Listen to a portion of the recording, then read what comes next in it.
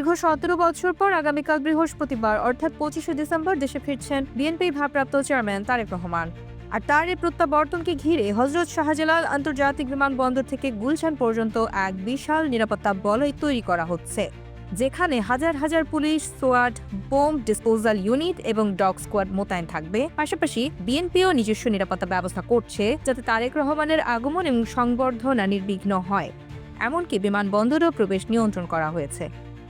বেসামরিক বিমান চলাচল কর্তৃপক্ষ জানিয়েছে, নিরাপত্তায় কোনো ফাঁক ফোকর না রেখে পুরো এলাকা জুড়ে কয়েক স্তরের নিরাপত্তা বলয় গড়ে তোলা হয়েছে।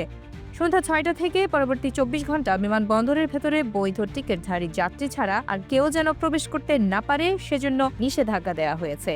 তখন সহযাত্রী বা ভিজিটর প্রবেশ সম্পূর্ণভাবে নিষিদ্ধ থাকবে। বেবিচক আরও বলছে, যাত্রী সেবা, নিরাপত্তা ও অপারেশনাল শৃঙ্খলা ঠিক রাখতেই এই সাময়িক ব্যবস্থা নেওয়া হয়েছে। বিমান বাহিনীর পাশাপাশি সাদা পোশাকেও আইনশৃঙ্খলা বাহিনীর সদস্যরা সার্বক্ষণিক নজরদারি করছেন। বিমানবন্দরে অবতরণের পর তারেক রহমান সরাসরি এভার কেয়ার হাসপাতালে যাবেন, যেখানে তার মা খালেদা জিয়া চিকিৎসাধীন আছেন। এরপর তিনি গুলশানে তার বাসভবনে উঠবেন এবং সেখান থেকে তার রাজনৈতিক কার্যক্রম পরিচালনা করবেন।